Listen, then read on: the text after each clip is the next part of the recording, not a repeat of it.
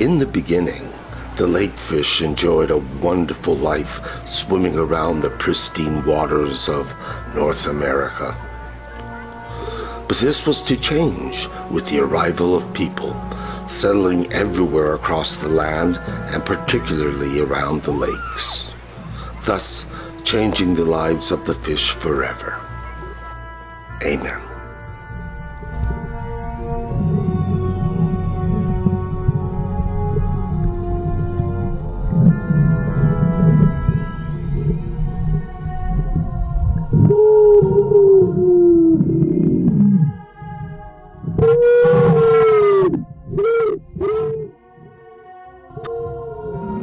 Hello there. Welcome to my Fishy Friends. Now, I've been friends with the wild fish in a few of the lakes in the Laurentians for the last 10 years. And I have a collection of smallmouth bass and sunfish who are all just tremendously friendly, and they swim with me and I feed them, and it's just quite a marvelous relationship. And a whole number of people found out about it, and some people were so bold as to say that they were going to catch those fish and eat them. So on certain days, one couldn't help but worry that they might have been caught, and that would be the end of the relationship. But I had a good friend there who was every day at the beach like we were. Hello, Algis. It's amazing that you've been coming here for years to see your friends, the fish. They wait for you all winter, and in springtime you call them, they show up, you cuddle them, you pet them, you give them love. You can even hold them in your hands, so it's quite incredible that, and it's a great lesson for the people around here to realize that we're in communion with nature, and that nature is a part of us and we're a part of nature too. So I really admire everything you do. Bless you, Algis, for the fish. Thank you so much. Bye bye. Beautiful.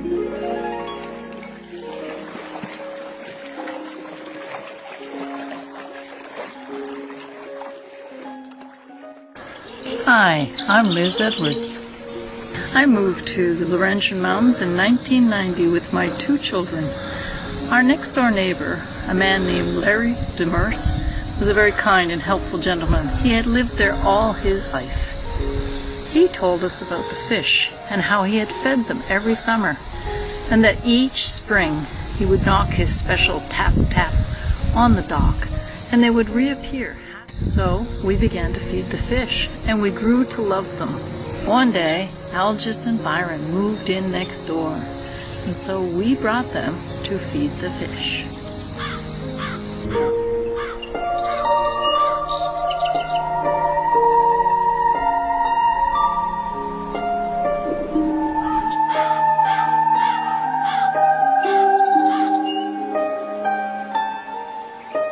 This video is dedicated to my partner, Byron Ayanoglu, who was a real aquatic.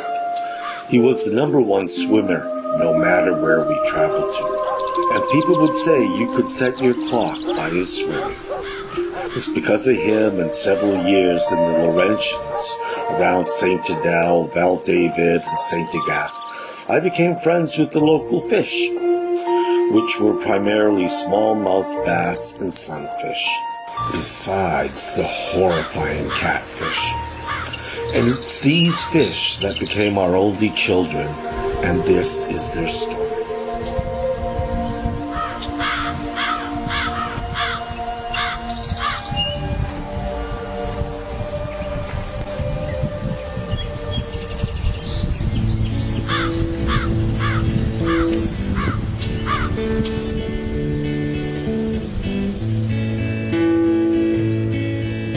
My husband, Byron Ayanoglu, taught me to love our oceans, lakes, and rivers during our time together. Watching the fish, wild and free.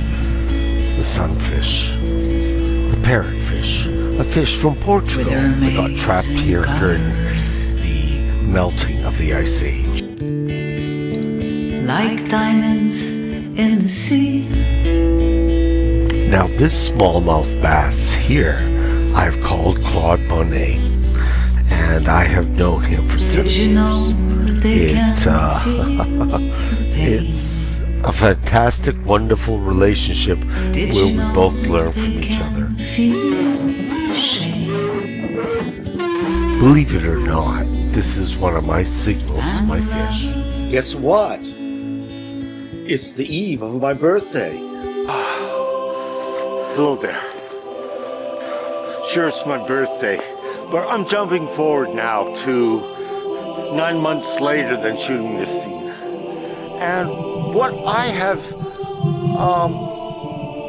found is that with a lot of my underwater footage, there's a certain sound that's taking place there when the fish are amongst me. And I think it's communication between the fish themselves, that fish actually make a series of sounds and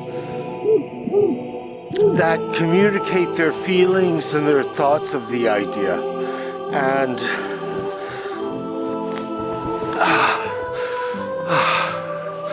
you know, I think this is a relevant piece of information to the fish, that nobody understands. Fish can communicate and have feelings and understand a lot more things than we give them credit for, and therefore we should be a lot kinder to them and friendlier. And with that said, you know, I hope the best for the sunfish, because it's these fish that I first encountered these sounds when I became friends with them at the start, and it just continued as I watched the footage, this strange sound in the underwater camera, and now I do suspect there is communication between fish with a series of sounds and pulses and whatever, and I find that pretty amazing.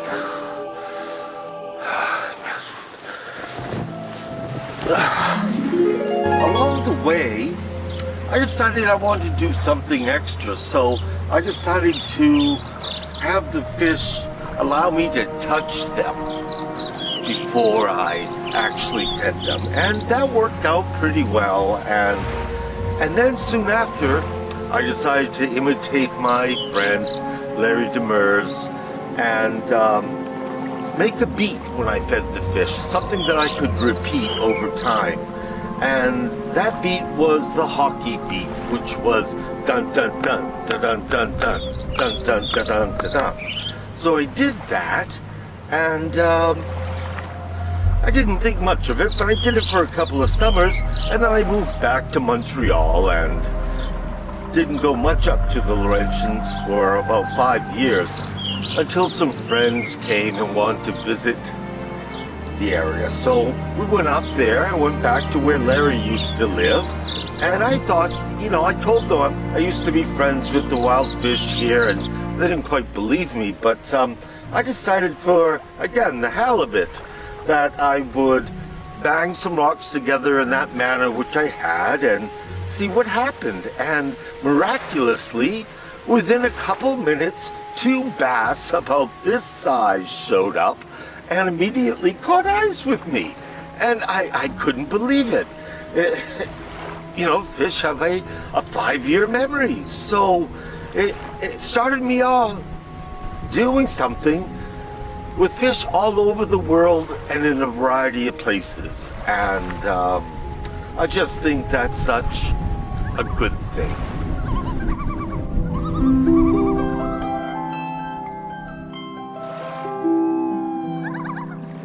In my grief, I returned to the lake where Byron and I enjoyed so many moments. Life is different here. It's almost relaxing. One searches for answers, but the answers are too plentiful. The fish have been attacked by the catfish that have invaded the lake. So I look for them, and I hope that global warming. The eggs had of made the fish food I've hard to befriended find. will survive. Little Angie stays away from the hook off her cheek, trying to hide her destroyed cheek, tearing half of her pretty face. Did you know they can? Then he threw her back in the water. Did you know they can? Little Angie almost died. And the love. I like to bring the fish down to the lily pads because they feel protected under the lily pads, and unfortunately people who own properties alongside the lake eliminate them, and they ruin the lifestyle of the fish that like to hide under these lily pads, so that various birds, ducks, loons don't come after them.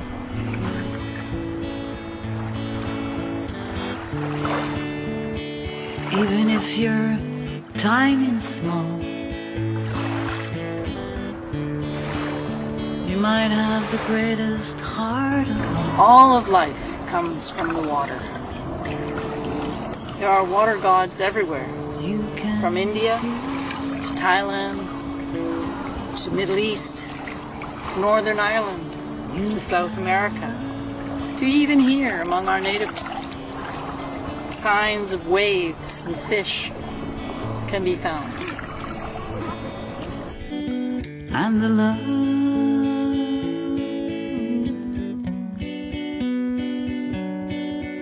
Yes, the love.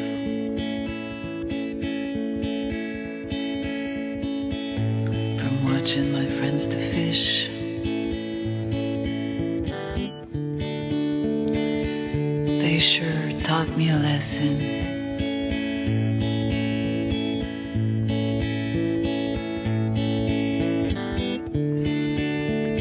Even if you're tiny and small, you might have the greatest heart of all.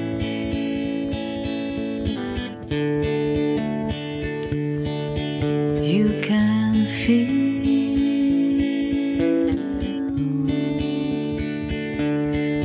you can love.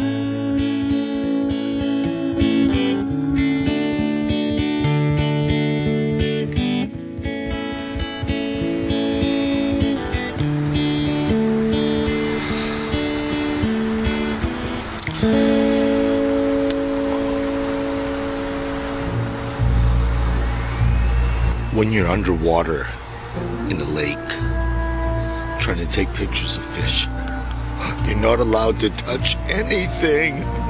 If you stir against any plant or the bottom of the lake or a big rock in the lake, it will just fill the whole area immediately with tons of filament and making it unsightly to even try to photograph it. So many of the pictures you take, you have to kind of jettison yourself off a little bit safely and see where the fish are and just slowly glide in and take as many pictures as you can without disturbing anything. And the rule of thumb for me is about 350 pictures gets you 1, 2, or 3. I've never gotten more than that. It's so frustrating. Here in the deep, the catfish are on the prowl. They are looking for their lunch, brunch, and dinner. And there is a variety of them. I think there's 2 or 3 different species. And they are formidable predators.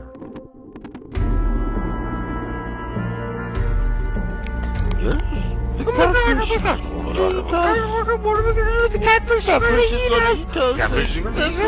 The catfish is going to eat us. What are we going to do? I want to get everyone out of the shallow area of the lake. Here is a wonderful sunfish nest. This is where they lay their eggs. And they are configured in a manner that all others copy. A lot of gray rocks and a few white rocks. Now this whole story would have never occurred if it wasn't for Liz Edwards, who's going here to make her homage to the lake. She taught me how to feed fish, and I just expanded it from there. Her ideas of water as a sentient being to herself is such an alien abstraction, but I believe there's some truth to it. So when she's out running on the frozen top of the lake, making sacred geometry for those that we love and we've lost, and the fish below, only makes me feel so much better that I'm involved with a person like her. Now, sacred geometry and water is one of the most amazing aspects of our planet, and it's something taken for granted. A lot of people don't believe it's true, but water contains our thoughts, hopes, and wishes. And to actually go out and physically make sacred geometry on a lake top can only benefit all those sentient creatures that rely on the sacred subject, such as water, as ourselves. So Liz runs on and encourages me, and I have furthered her original teachings up to the point where I touch and cuddle the fish. The fish remember me year after year, and some fish, over 5 years come back when I beat the sacred tune that I taught them when I was feeding them. So life is evolving around water, light, sun, and love. Masaru Emoto, a Japanese author of The Hidden Messages of Water, believed that human consciousness could affect the very molecule structure of water.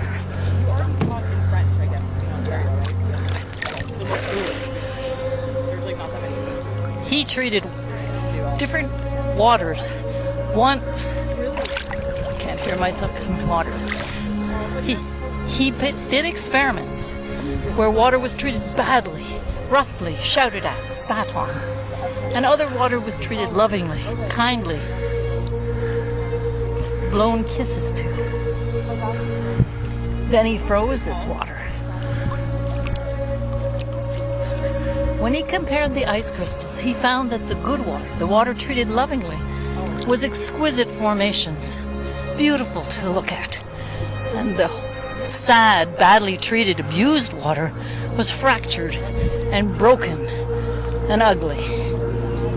He believed that water remembered and could pass these good and bad feelings on to us. What better way to get to know water than to be friends with the very living beings in the water, the fish that I fed and swam with. One day, my children became quite ill with a terrible cough, left them pale and gasping. Desperate to bring their fevers down, I got them to bathe in the water of the lake, where the fish swam. They recovered remarkably. By the end of the day, they no longer coughed. After that, I knew when they were ill to ask them to bathe in the lake. And when it was too cold, I collected water where the fish swam, and they drank it and recovered rapidly. Fish are involved in today's society through the pet industry, the recreational fishing industry, and fish farming. Fish are also essential to the oceans, lakes, and river ecosystems that we all as humans depend on. While fish are often thought to lack intelligence and emotional capability, they are in fact sentient creatures, meaning they have feelings and can experience both positive and negative emotion. That's wonderful.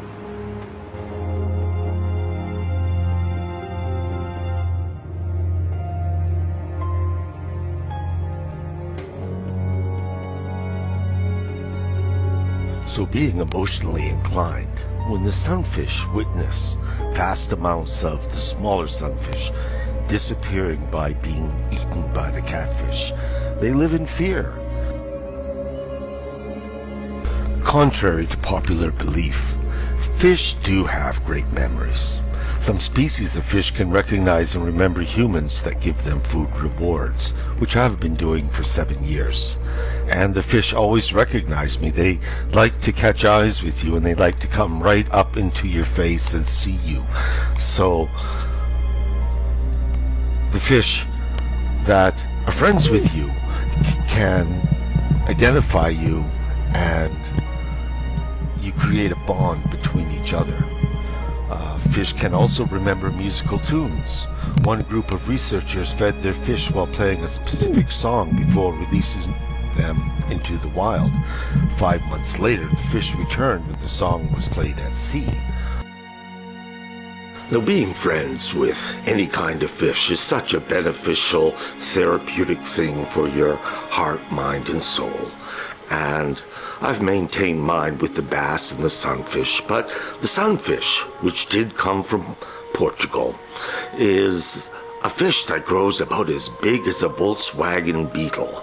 And if you were to have a fish tank, which is another form of therapy that helps everyone from young kids to older adults with various ailments, that the fish offer you a ability to heal various aspects of your soul and your abilities just by simply watching them and caring for them.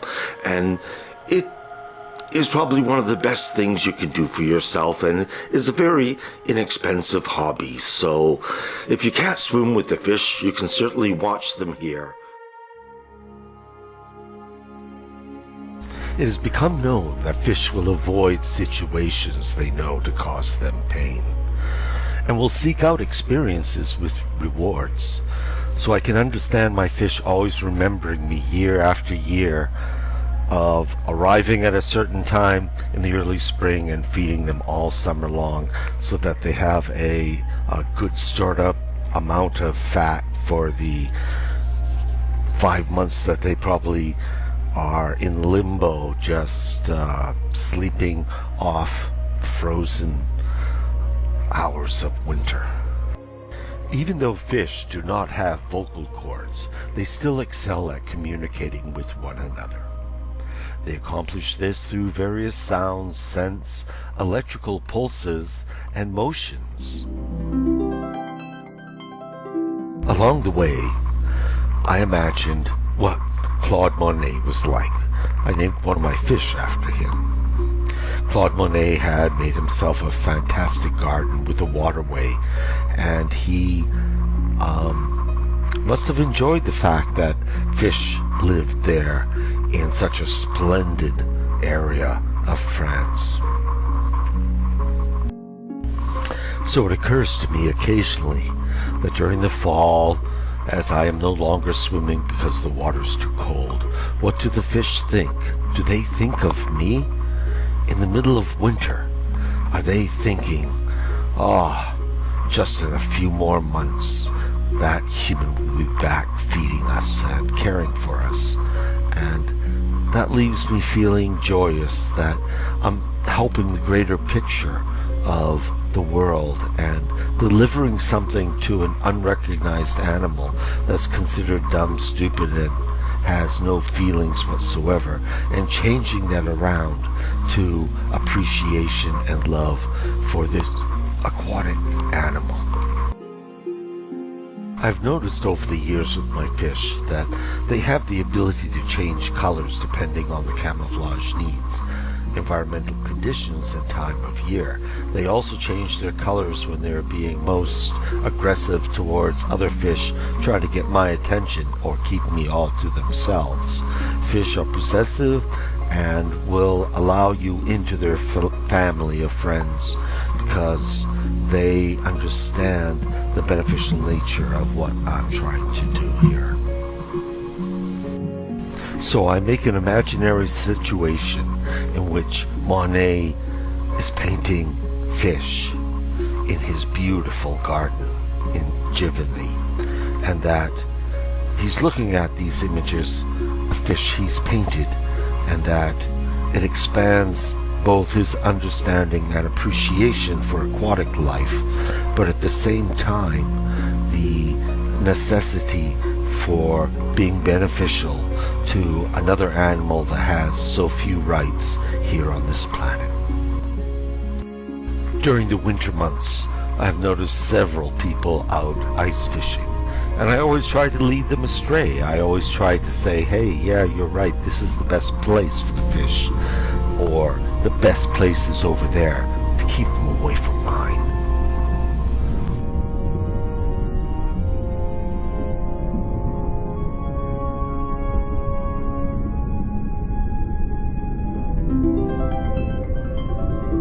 Much of this movie is because of my lover, who was a real aquatic gentleman, a man who loved all bodies of water.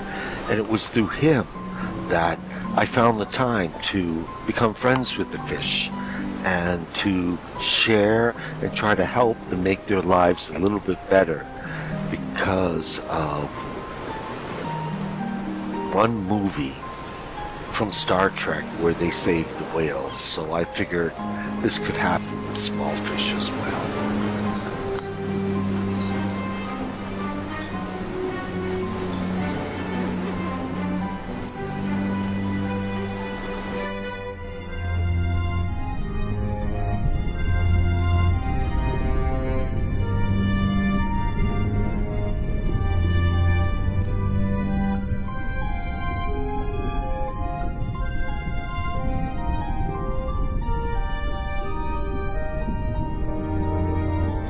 Now, the catfish is an invasive species. I don't think it really existed up in Canadian waters or rivers, but it got here by the St. Lawrence River.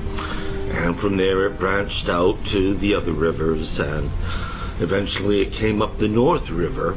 And as I suspect, it hangs out where streams run into the river, and they stay there a few days and they sniff the water to see if they can smell other fish in that water, which I think they can, and then they proceed up the stream and get a hold of your lake.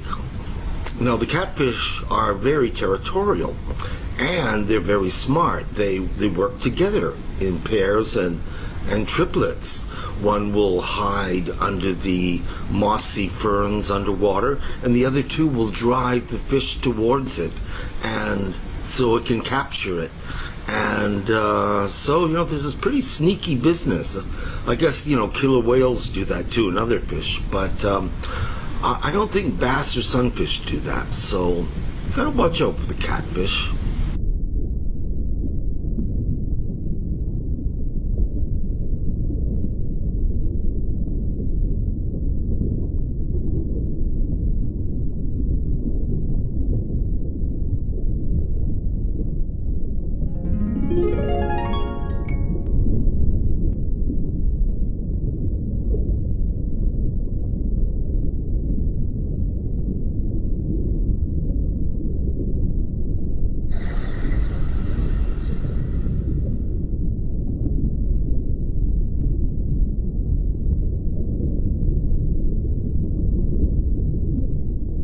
I usually don't come this time in the morning, but today I'm coming early to see if my fish are waiting. One of the very interesting stories in ancient philosophy comes from the country Greece. And this story pertains to that once upon a time, the most prestigious thing you could bring to someone you were trying to impress was to bring an eel. Now, the eel was considered special because it could both live on land and in the water. And if you were to bring a gift to someone, the most awesome thing was bringing an eel for them to eat. Now, it was considered, a big delicacy, and the Japanese eat it as well. Now, is eel a fish? Not really, but it's in between fish and A snake, I suppose, but who would have thought that? Eel was once the most prestigious food to give to someone. And one bright summer day, little Nicky went fishing. It is often said that the best way to learn something is to teach a man to fish. In other words, it's better to learn how to do something so that you can do it again in the future, rather than simply having someone else do it for you. Hi, I'm Danny Cote. I'm a fisherman by passion. I've been fishing since I was about 5 years old. It's not true that the barbels are electrified. What it does is the barbels only act like radars. So they detect the food in the mud and the bottom of the lakes. To catch them with your hands or your feet, what you do is it's called noodling. You put your hand in the hole and they're going to bite you. So if you do noodling with the barbu, be careful because they can pull you in the hole and you're going to drown. If your head is in the water when she bites you, it's dangerous. Don't do this alone. You got to do this in a teamwork so somebody can pull you out too, you know. Although I've been feeding my fish a variety of things, in the beginning 25 years ago, I was just feeding them corn and spring peas. Now I've evolved to feeding them chicken wieners, chicken hot dogs, you know, the least amount of fat and salt, and it gives them protein so that they're able to repair their bodies at a time when there isn't a superfluous amount of insects to be eaten, and fill that aspect of their food chain and life sustenance. I bring my fish out to the setting sun, which is now that far from the beach. But for the most part, most of my fish are here right underneath me. I haven't fed them in 3 days because it's been too cold. But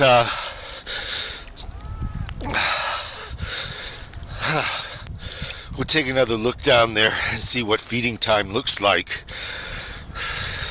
They're really voracious, but I make sure I spread the food around so everybody gets enough. And bugs are in a big shortage this summer.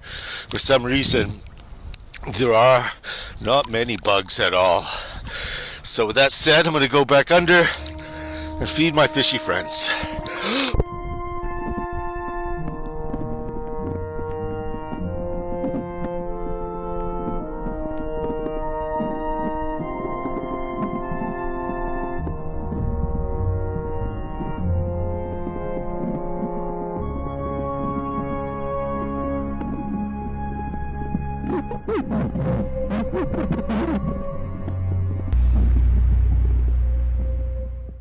Upon feeding them, it's just marvelous to see how they all compete to get the most of a unexpected treat from a human, of all people. But they too eat it up, and I'm so pleased and proud as a mother to have fed them to such a good extent. On top of the lake, all kinds of activities keep taking place, and people do see the fish and enjoy them, but they do not understand they are under a big attack from the catfish. And if it was I wonder about are the fish happy? Is my life for real? All of these things interplay with the grief of the loss of my husband, Byron Ayanoglu. So I pray to our only children that we have, which are these fish here in this lake where we both swam together for so many hours and enjoyed ourselves. So I hope for the best, and I hope to nourish these sunfish and make their lives a little bit better. Part of this experience has been because of Jesus. Jesus was originally known as the Fishy Prophet. He was illustrated in the earliest of times as a fish, and people communicated with that. Fish were mainly Christian symbols. Despite being found all over the world, they represented the first 4 letters of Jesus Christ.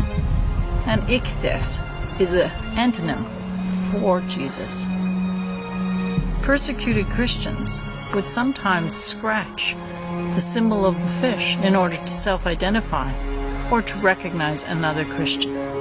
One would draw the top line and the other would finish the bottom line.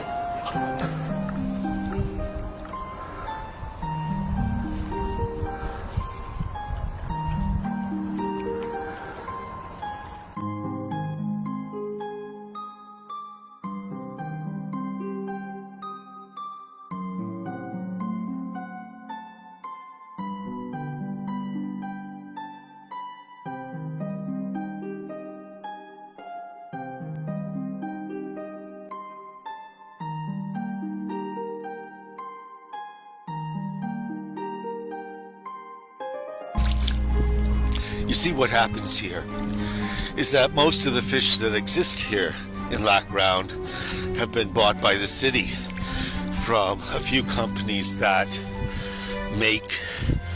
grow fish to sell to townships for their lake.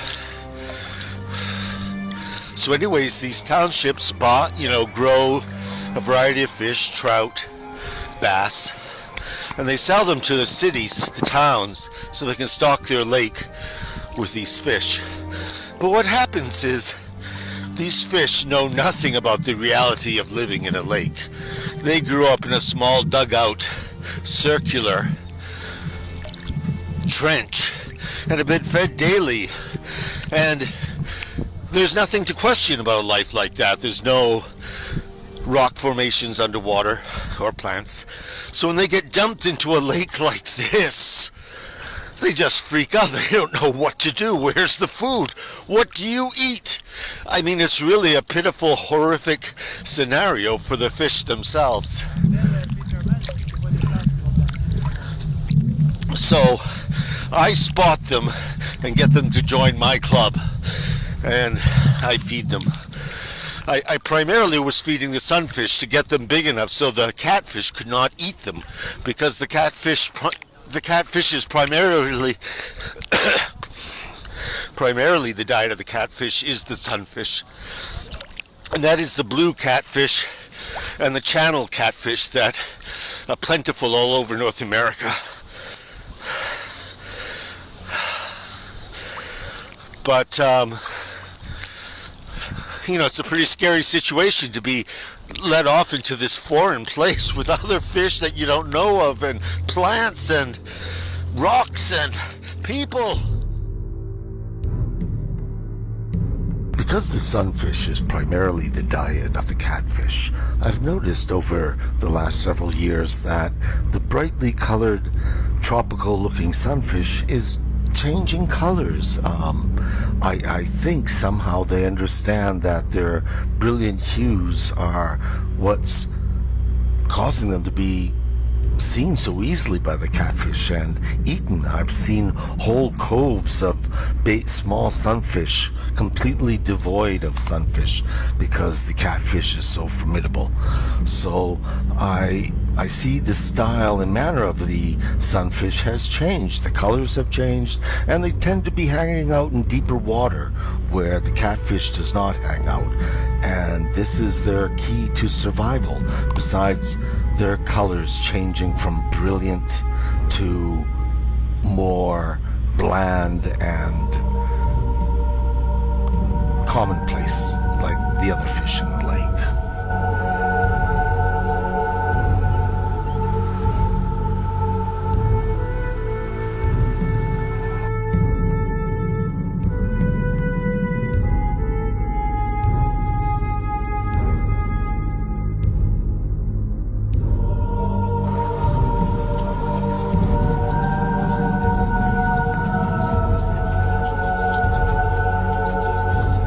This is Lac Round.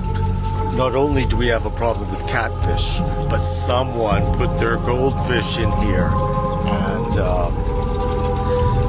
a few goldfish in this lake, and 5 years later, there were like 100 red carp, that had taken over the lake. But they're not as troublesome as the catfish is. I mean, the catfish is a real diligent predator. And it not only hunts during the day, but it also hunts during the night. And what a horrible way to go as a sunfish, that you're sleeping there at night and all of a sudden, because of its electromagnetic whiskers, it tunes into you like some science fiction scenario, and that's the end of your world. So I'm all for the sunfish. Viva la sunfish!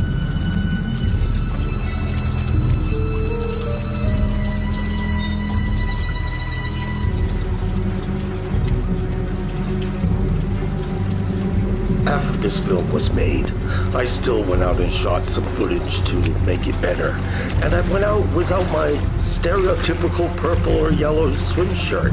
And on those days, the fish bit my nipples, bit my earlobes, the ends of my fingers and toes that looked like little bits of chicken wiener. Oh my.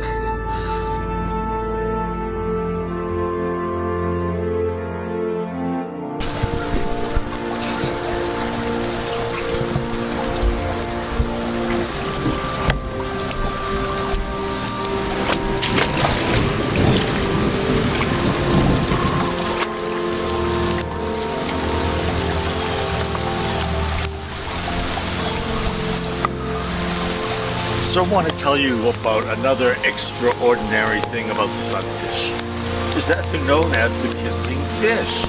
That if you become familiar with them, they will swim around you, and if you have any extruding moles or skin tags, they will bite them off cleanly, and they won't even bleed, as I have found myself. So, why spend money at the dermatologists when you can buy some chicken hot dogs, chop them up in little bits, go to where the sunfish are, and have your body manicured.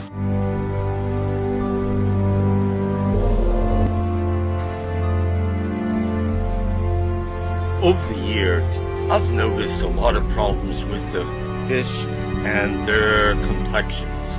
I've noticed there's a lot of sores and what looks like malignant growths and things like that, and it's primarily because of us. I mean, we put toxic things on our gardens, and our houses leak into the ecosystem with its sewage. There's chlorides put on our roads during the winter, and all of this affects the fish. Fish are also a time-based animal that if you rendezvous with them at a certain time, they're generally speaking there. I'll try to come back later on today around 3 to 4 and see if they're waiting for me. That will give me a little more conclusive evidence to their time-based lives like ours. Imagine that. In life, there's something called the fish philosophy.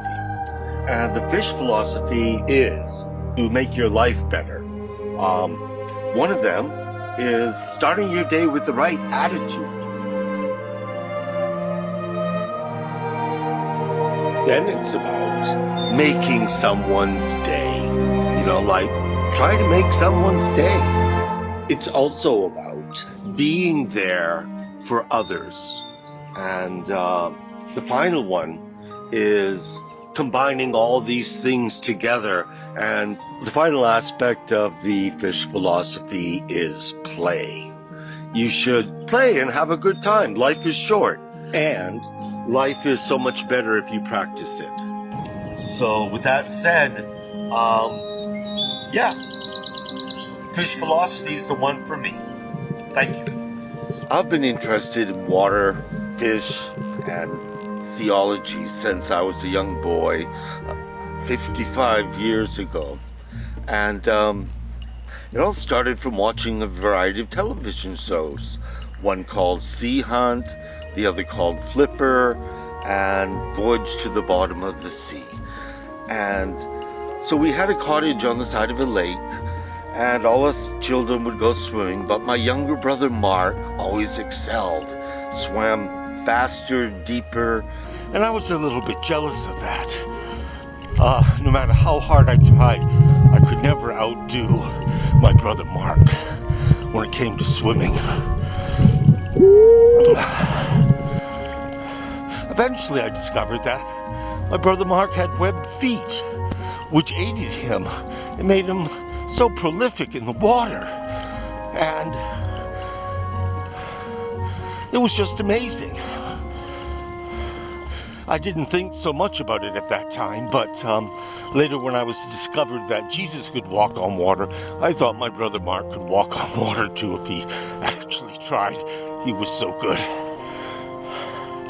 And then later, when I discovered in Greek mythology the various fish gods and lake gods, water gods, I thought to myself, maybe Mark had some of that divine luck and was blessed and was even a little bit in their league. May he always rest in peace.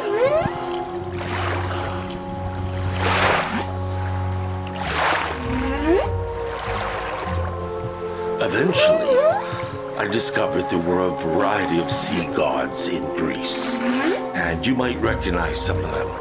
Poseidon, Aphrodite, Triton. Quite amazing, the collection of their sea gods. So having discovered these water gods from Greece, it always made me wonder, was my brother Mark somehow connected to them? And was he truly a special person? Larry believed he'd been reincarnated. He believed in reincarnation. He had had a past life in Egypt and knew so much about all the Egyptian gods and the mystic principles behind their belief system. He also knew about the fish god, Dagon. So, the Hebrew word for fish is dag-dag, which might have been the foundation of Dagon's name. He was seen as a half of a man and a half of a fish. The priests of the Dagon used to wear a hat that resembled the open mouth of the fish, and to this day, that is what the Pope's hat looks like, an open mouth of a fish. So this is how the impact of Dagon influenced all of us and all of our higher religions. 3 goddesses of the earth, who send a loving grace and benevolence towards what might be considered the mind of the planet, which is water, an alien substance that came here from outer space, yet everything pertaining to life relies on it. So because of our civilization's carelessness, we need goddesses such as these, who embrace the living vitality and health of our oceans and lakes. It is these that contain the variety of fish within them. And by offering healing love, appreciation with gratitude, it is this devotion and cure that is so vastly needed by our planet. Now, of course, we should stop fishing and let our oceans heal themselves and all of the life within. This is because the fish are very much like the components of our blood. Without the fish in our oceans, they are only barely alive. Therefore, we must develop ourselves to be appreciative of the fact that this is a major gift from the universe. So to have a planet with such a major resource, that we should all prioritize this. Perhaps we should develop one sacred rule on the planet Earth, that thou shalt not contaminate fresh water, salty or fresh. Amen. Hello guys, my name is Sebastian, Guévin Francoeur. I'm fresh from Montreal and I lived in the mountains, Laurentides, Quebec, Canada, all my life. And I've traveled a lot in the world, and what I can say about fish is that, well, for my own self, I think that fish is the food of the gods. When you go to places where they fish since so many 100 years ago, well, like Spain or whatever in the world, because fishes are fished all around the world since so long. And I think that we should really take care of this world of the oceans, because I think it's a food that can just bring us peace and comfort in our own body. So I will just say to you guys, take care of fish in the world, and appreciate every time you eat some fish or whatever product come from the fish, because it's very important in this world. And I think it will always be. It's like a value for eternity, kind of. So taking care of all, peace, take care. Hey, thank you. Because we seem to be in another extinction period, I've included this talk by my partner Byron, who talks about Atlantis.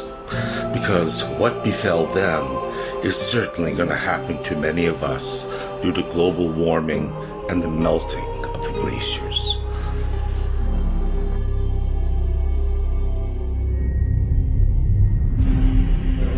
Και έτσι χάθηκε η Ατλάντιδα, όπως έγραψε ο Πλάτων. And so, this is how Atlantis was lost, as Plato wrote. Such was the vast power which Poseidon settled in the lost island of Atlantis, that for many generations the Atlanteans, grateful to the god whose seed they were, united gentleness with wisdom in the various chances of life and in their relations with one another.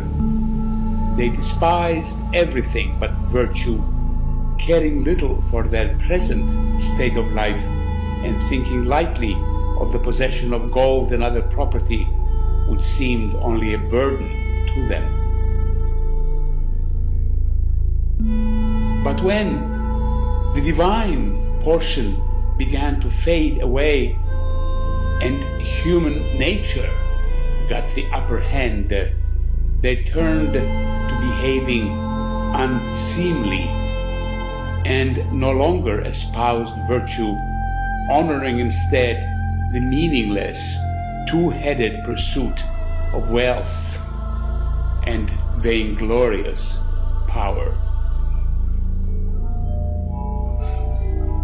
Zeus, the god of gods who rules according to law and is able to see into such things, perceiving that an honorable race was in a woeful plight, decided to inflict punishment on them. He summoned violent earthquakes and floods, and in a single day and night of misfortune, all your warlike men in a body sank into the earth, and the island of Atlantis in like manner disappeared in the depths of the sea. It's always exciting down here because you never know what you're going to find. Today, I found 3 people fishing in this pond where it's illegal. So I had to tell on them, because if you just look over there, you will see my fish are just swimming about waiting for me, you know. And today I got the good stuff. I have pure pork sausage that I'm going to feed them, which I have to do very carefully because the guard doesn't want me to really feed these fish, but I feel I have to because the fish are undergoing such a big crisis at this time. This is where my fish hang out, down here, and I've been friends with them for 5 years. They've come back, you know, every year for 5 years, and it's quite amusing.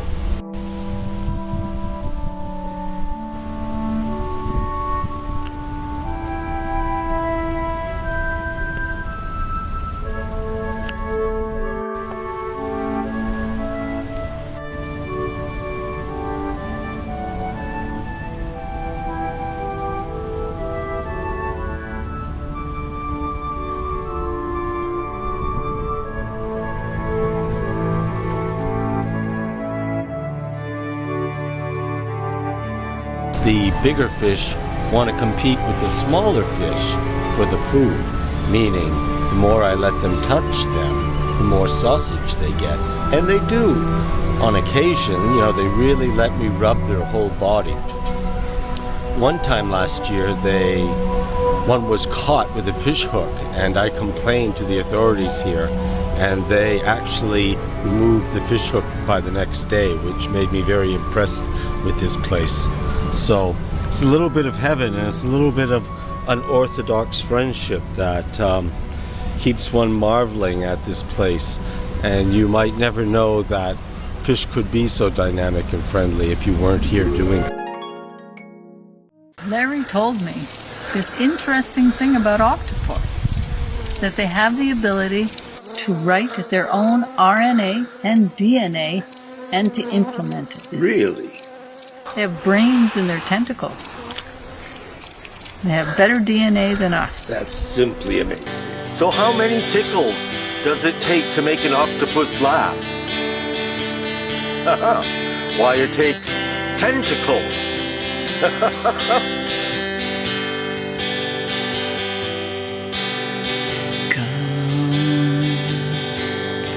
With me,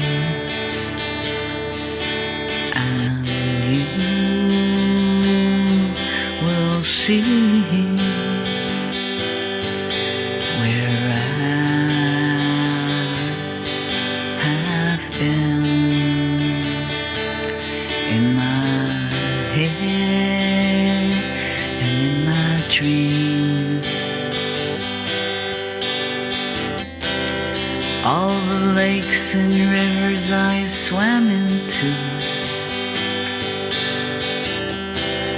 all the oceans where life took me to,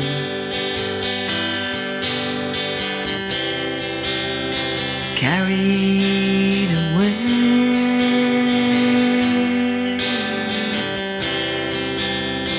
dancing in the waves.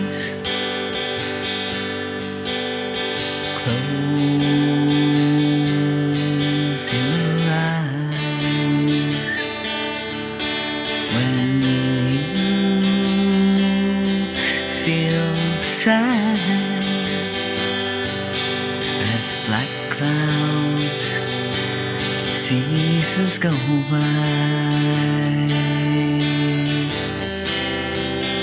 and the sun will shine again.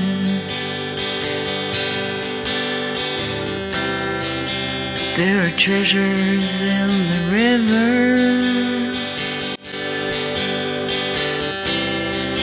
as the fish are changing colors, carried away,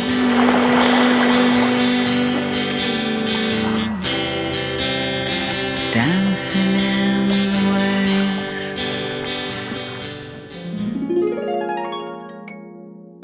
Well, I did it.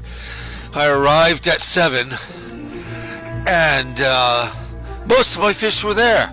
I had about 25 sunfish and 4 smallmouth bass, and they're always waiting for me, and I love them. And I am hoping that as they swim around me, they shed an electromagnetic corrective field on my body.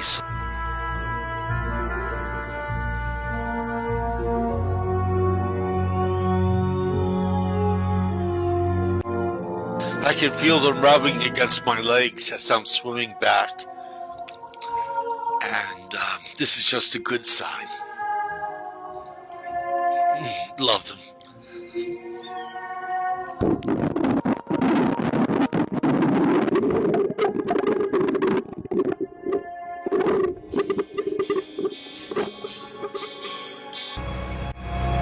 Oh my. The other day I was feeding my fish. And I know the catfish follow me. They know what I'm up to. And I was feeding my fish, and I feel this bite on my leg, and I think, what the heck is that? And when I looked down, it was the catfish. Now, I don't know if that's a warning from it, but as my neighbor tells me, catfish are very territorial. And that must be it. This is their feeding ground now, and they know to follow me. And because wherever I go, food is there, the sunfish for them. So, one has to be so careful being friends with wild fish.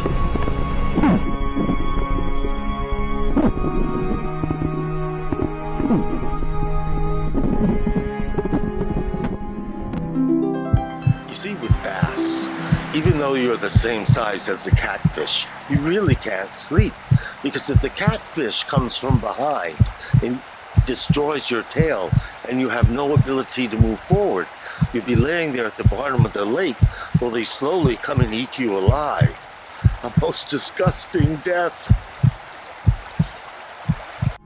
When I'm swimming in the lake, I encounter other swimmers who stumble upon me and my fish, and I see how they interact. They, generally speaking, are curious, but they're not as friendly as they are with me because we look so drastically different. So they come back. But if the swimmer stays there for a while and there's not much more reception or interest in them, they do swim back over as they swim away, which I think is a bon voyage. Fish have the ability to give you a bon voyage. So guess what? Today I'm feeding my fish cherries. Yeah, you heard that right. I'm going to give them chopped up cherry. Have it here in my chest. And we'll see what they think of that. That's rather exciting for me.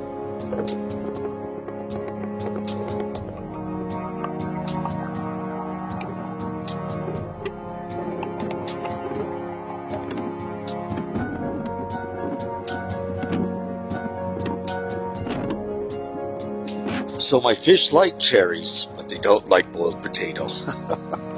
Which is a shame because that would be real economical to feed them, but there isn't much protein in potatoes, so I will still continue with my chicken wieners. Now, while I'm recording this, the fish are biting on my derriere. They can probably smell the chicken wieners in my back pocket, and they are hungry for them, let me tell you. The thing is, fish are sentient beings. They have feelings, they have relationships, they have memories, and they're scaredy cats. Anything they don't understand, they just keep away from it. But with humans, another bond occurs, and nobody's, actually done it but a few favorable people on the planet that have made friendships with fish, belugas, and a variety of others. But another little point I would like to make is that I'm swimming with the fish so that they correct my electrical frequencies in my body. Now, this discovery came after the Cold War, when the Russians had a whole bunch of dolphins that they were training to put landmines on submarines. Now, with the Cold War over, people used to go swimming with those dolphins and find all kinds of miraculous healing properties of swimming with the dolphin. And the dolphin also is an animal that's very high in intelligence and has a vocabulary of about 50 sounds, besides also using morphic resonance. I heard something funny the other day. A person said they thought fish ate seaweed in order to get high. No, of course, I don't want anyone eating my fish, but 3,500 years ago in Egypt, they knew that the omega-3 fats in fish enhanced their pineal gland, which is the third eye of the human being, that which enables you to have religious experiences and knowledge outside the mainstream. Now, in Iceland, they have also found it strengthens your pineal gland, and it also benefits your mood and attitude during the dark winter months. And that was from eating cod, salmon, and sardines. So fish is a major food resource, but it's something we have totally abused, and let's just pray it never runs out. So though Dagon lived 2,500 years ago, Imagine he had an offspring, and who could his offspring be? Who would be an amphibious man but Jesus? Jesus, who was known to have webbed feet. And maybe that's why he rode a donkey into the town, because his legs were weak. And maybe that is why he told the disciples to teach a man to fish, so that he would fish forever. And perhaps when he walked on the water, he was walking on the water as a dolphin does. Aspect of all this is that the fish are totally aware that the food is in the plastic bag. And they get excited and actually go into a frenzy once the appearance of the plastic bag is there. Then some of the smarter fish, are really smart, Alex, and they try to rip it open and shed the ingredients so I can't distribute it so evenly, so everyone has a chance to feed. Recently, I was away from here for 5 days because the lake was shut down, and my biggest 2 bass are not here today, so I hope someone did not find out and fish those. And I'm glad that I'm here to feed them protein so he can heal. So otherwise, I'm cold, and I should go back under and finish doing this, and hope for the best. Now, regardless of my difficulties with the catfish, upon researching them, I found out in Japan there was a giant catfish called the namazu that lived in the caves underneath Japan. And they discovered that several hours before an earthquake occurred, the catfish became very agitated and predicted the earthquake 80% of the time. So the Japanese were always able to be prepared for the worst possible kind of scenario. So with that said, let's hear it for the giant catfish of Japan.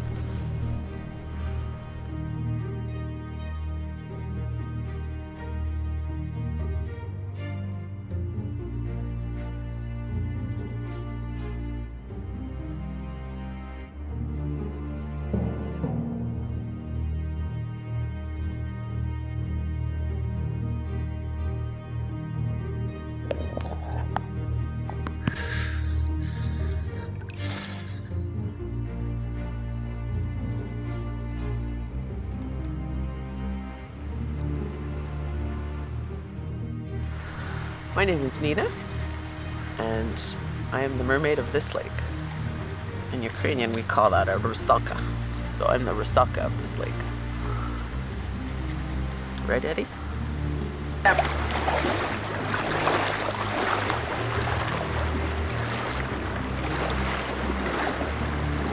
Blur out the cellulite.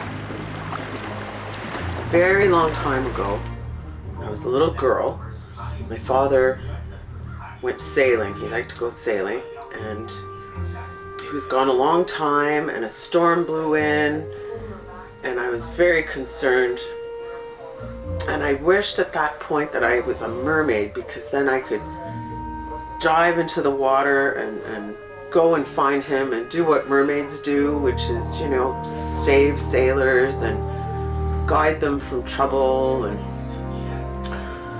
so I always remember a story that my grandmother told me about how in the Ukraine, the word for mermaid is rusalka, and that means mermaid, but it's the same word in Russian, but in Russian, it's a very evil creature, like a lake witch that comes out and does trouble and, leads the sailors astray and leaves them for dead. So I prefer to be the Ukrainian mermaid. And from that day on, I just always wished that I could be reincarnated one day as a mermaid so that I could do all those things and help the people and be a good rusalka and have a tail. I would love a tail so I could swim faster.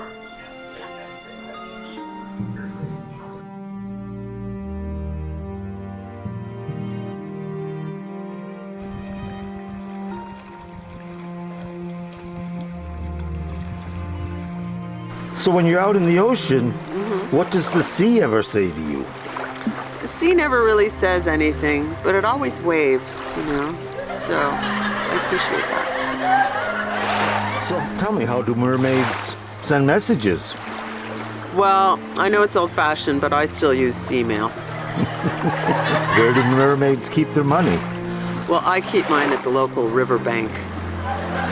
It's safe. All the trout go there. What kind of phone does a mermaid use?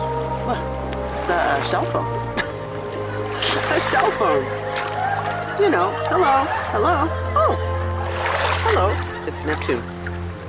What does a mermaid really not want to find at the end of the night or a long night? Semen. Another big question I get is, where do mermaids and fishermen meet? Well, online. My name is Nina and I am a mermaid. I do not have my tail right now, it's at the dry cleaner, but I am a mermaid. Where do mermaids see movies? Well, in the dive-in. Why are fish so skinny? That's because they eat other fish. And it's a hierarchy. Hey, Otis. I'm here in Vancouver, and I'm almost underwater. Would you mind hearing a joke? What did the fish say when it hit the wall? Damn. Good. I hear you're making a movie about our friends the fish, and I just wanted to share with you some background about what they're up against in our modern world, and how they are constantly having to deal with our wastewater in filtering into their environments. Typically in freshwater environments. I read an article about how the fish are becoming slowly addicted to both our illicit drugs and our prescription drugs. Yikes. It's a funny thing with when it's diluted into their freshwater world. This is, of course, where they are getting it and loving it. You know, almost like you spend with your fish when you hold your breath. You know, those precious moments under water. There you go. So yeah, fish are an interesting gauge for what's happening with us, and what we're doing to help keep their environment a beautiful place. Yes. I'm not holding my breath now, but So I'm just curious, what things are washing down from from our society into their society? Like, what are the substances?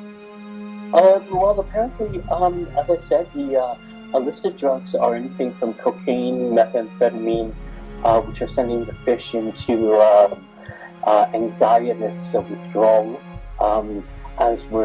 because they had there is a toxicity that we're passing on.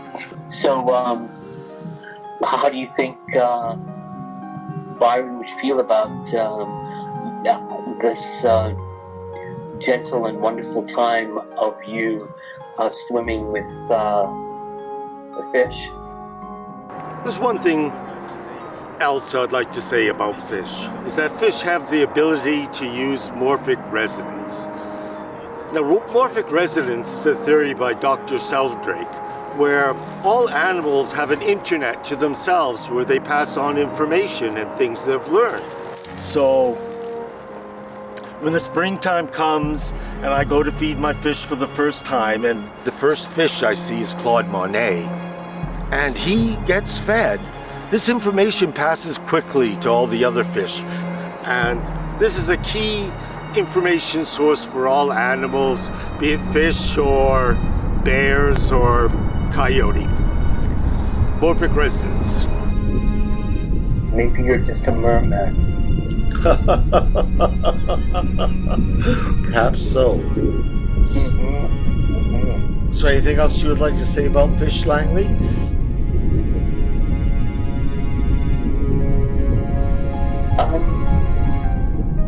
Just that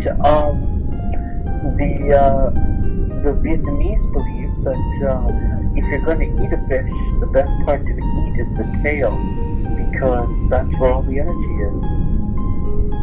It's the thrust of everything that is fish. Wow. Okay. Well, thank you for that. So with that said... Yes, everyone needs good tail. Alrighty. So thank you for that, Langley. Yeah, yes. Let me just get to the surface and thank you. Hold on.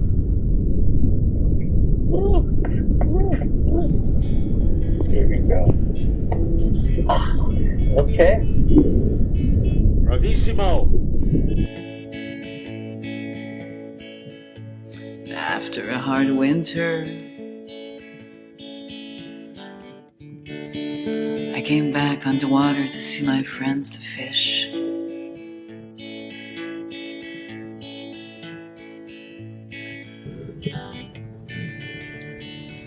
They were all so skinny. Global warming had made food hard to find. Little Angie stayed away from me, trying to hide her destroyed cheek.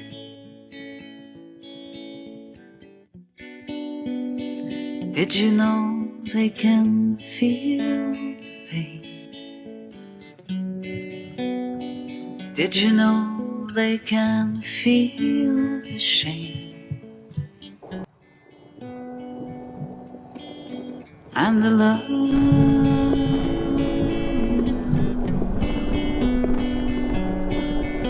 Yes, the love.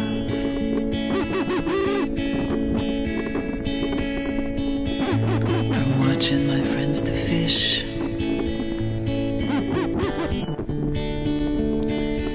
they sure taught me a lesson.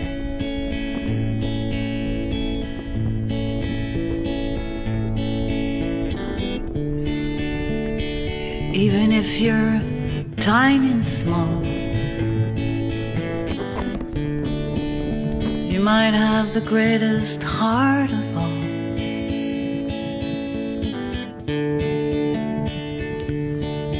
You can feel,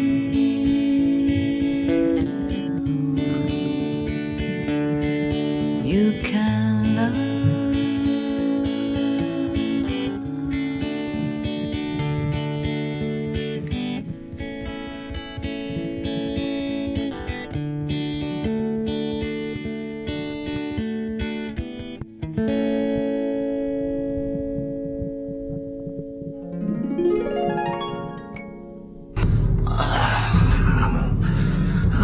Always need to feed.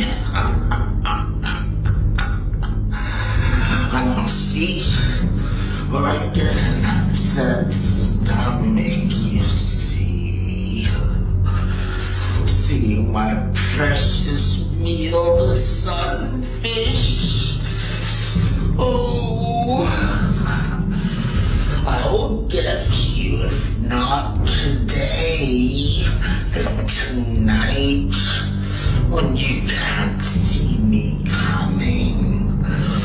I'll find out where you're resting, even though some people say, why did the catfish have trouble sleeping? It was because the bass next door was too loud. Warning the sunfish I was coming. Well, I'll get you too one day when I'm big enough.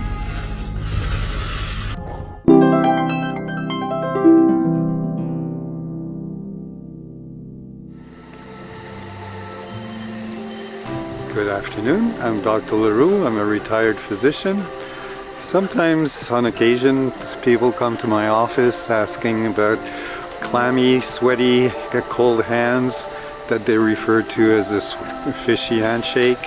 And obviously, most of those conditions is due to stress or anxiety, which could be hyperhidrosis, which is profuse sweating, or diabetes, or low blood pressure. But thankfully, those conditions are rare and don't happen too often. And most of the time, just being more relaxed, doing some meditation, sleeping properly, avoiding like stimulants like coffee will help in those situations. And that's about it. So hope you have a good afternoon and take care. Well, I'm sorry. I have to apologize. I've made a big mistake. It's not the catfish that are terrifying the sunfish and eating them all. The culprit is actually the bass, whose primary diet is the sunfish. And in fish farms, they feed the bass sunfish.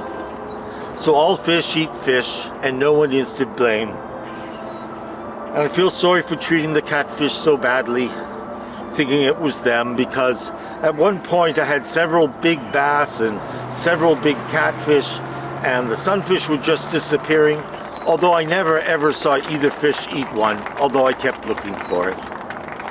So I forgive the fish, and I forgive Mother Nature for stepping in and making accusations that were incorrect.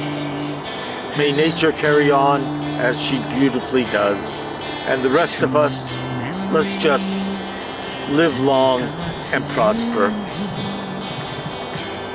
and use the fish philosophies.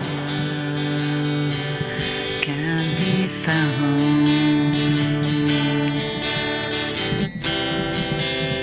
in all the species that surround you, in all the lakes and rivers you'll swim into,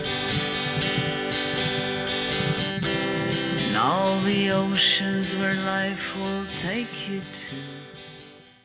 Well, all things change with time. People come and go, and so do the animals. Unfortunately, this year I suspect Claude Monet, Aphrodite, and Cleopatra have been caught and probably consumed. The catfish has taken over. The catfish attacks me and bites me, tells me it's his territory. Claude Monet, Aphrodite, and Cleopatra are no longer swimming with me after feeding time back to the beach. Oh. So may all these fish rest in peace, and my two other great fish, my dear husband Byron Ayanoglu, and my good buddy pal Pierre. May they all enjoy excellent days in heaven.